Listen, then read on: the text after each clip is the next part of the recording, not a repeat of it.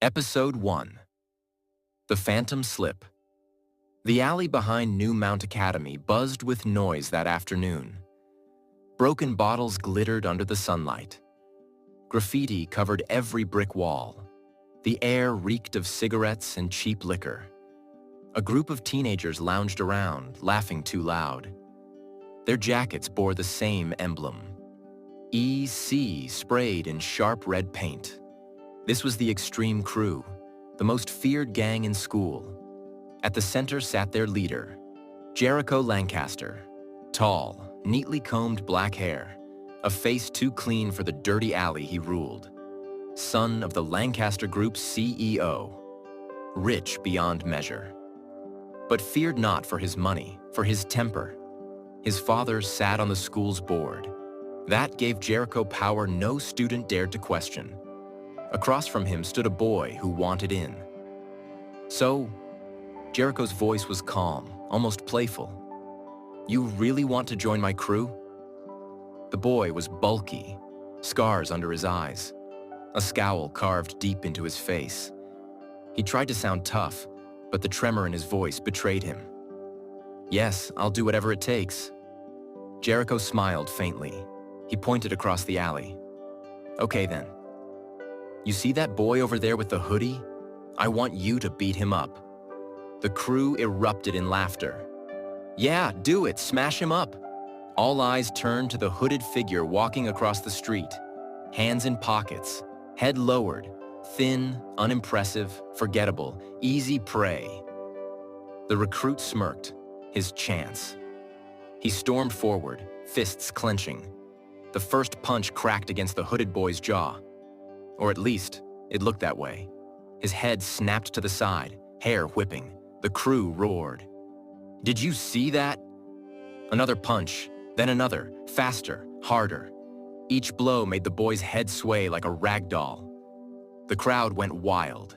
Jericho grinned, clapping slowly. But inside the recruit's mind, panic bloomed.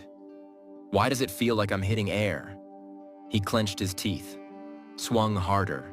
Knuckles burning, lungs screaming, sweat pouring. No matter how hard he punched, something was wrong. You see, the boy in the hoodie wasn't ordinary. His name was Zane Whitlock. At first glance, he looked small, maybe even weak. But beneath the loose hoodie, years of climbing up and down the steep mountain trails had sculpted his body into lean muscle. Shoulders broad, arms wiry and strong. His dark brown hair fell across a face that was too handsome for someone who tried so hard to stay invisible. A plain black patch covered his left eye, the strap hidden beneath his hair. No one knew why he wore it. Some whispered it was from a fight. Others claimed he was hiding a deformity. A few even said he was blind. At school, the patch made him an easy target. Pirate? They called him. Freak. He learned to keep his hood up, his head down, and his answers short. That was why he avoided attention. That was why he always walked alone. For most people, the brain takes 100 to 150 milliseconds to process visual input. Another 20 to 40 milliseconds to send the command to the body. Even trained fighters react in 200 to 250 milliseconds. But Zane? His reaction time was 170 milliseconds, faster than anyone had the right to be. Each time the fist came at him, his body turned just enough, skin brushing knuckles. To the crew, it looked like a savage beating. To Zane, it was just another drill. He called it the Phantom Slip.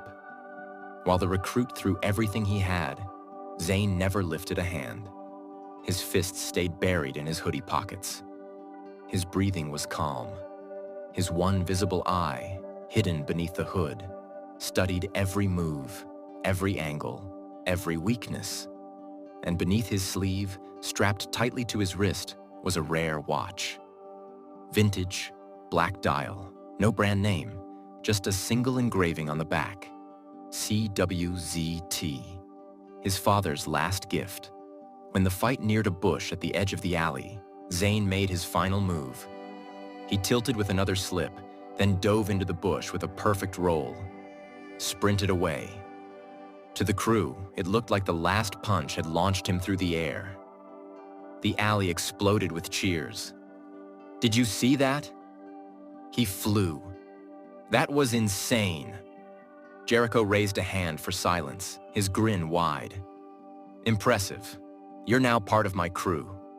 The exhausted recruit collapsed to his knees, gasping, smiling through the pain. He had done it. Jericho wrapped an arm around him. "Let's celebrate." "To the hideout. Drinks are on me." "Yeah, let's go," the gang howled, footsteps echoing as they left the alley.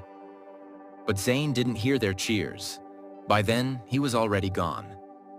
Back toward the mountain that overlooked New Mount Town. Zane's story was nothing like Jericho's. His father had died in a car accident when Zane was 10.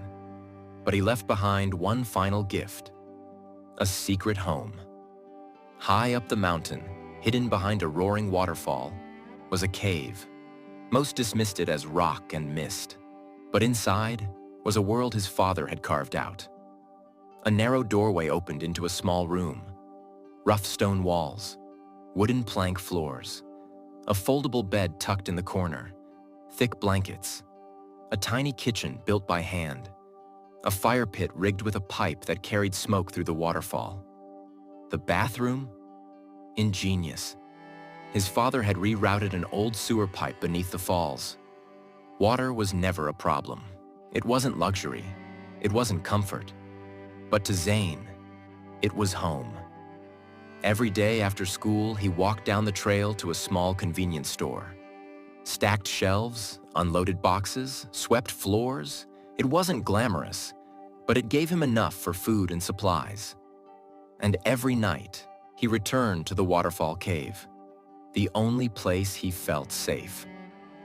That evening, as the sun dipped below New Mount Town, Zane walked the mountain path back home. His hood was up, hands deep in his pockets. The rare watch ticked quietly on his wrist. He was tired, but calm, until a scream split the air. "Help!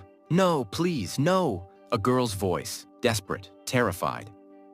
Zane froze, heart thundering, eyes scanning the darkening path. Somewhere ahead. Shadows shifted. He sprinted toward the sound. As he ran, the wind shifted. A low, distant rumble echoed through the trees. Not thunder, not machinery. Something deeper, something primal. Zane didn't stop, but he glanced toward the forest edge. And for just a second, he thought he heard a roar. Thanks for listening to The Quiet Binding. If you enjoyed this episode, don't forget to subscribe, hit the like button, and leave a comment. I'd love to hear your thoughts. If you'd like to support the story, you can buy me a coffee at buymeacoffee.com/thequietbinding. Every little bit helps keep the episodes coming. New episodes drop every Monday and Thursday, so stay tuned for the next episode of The Quiet Binding.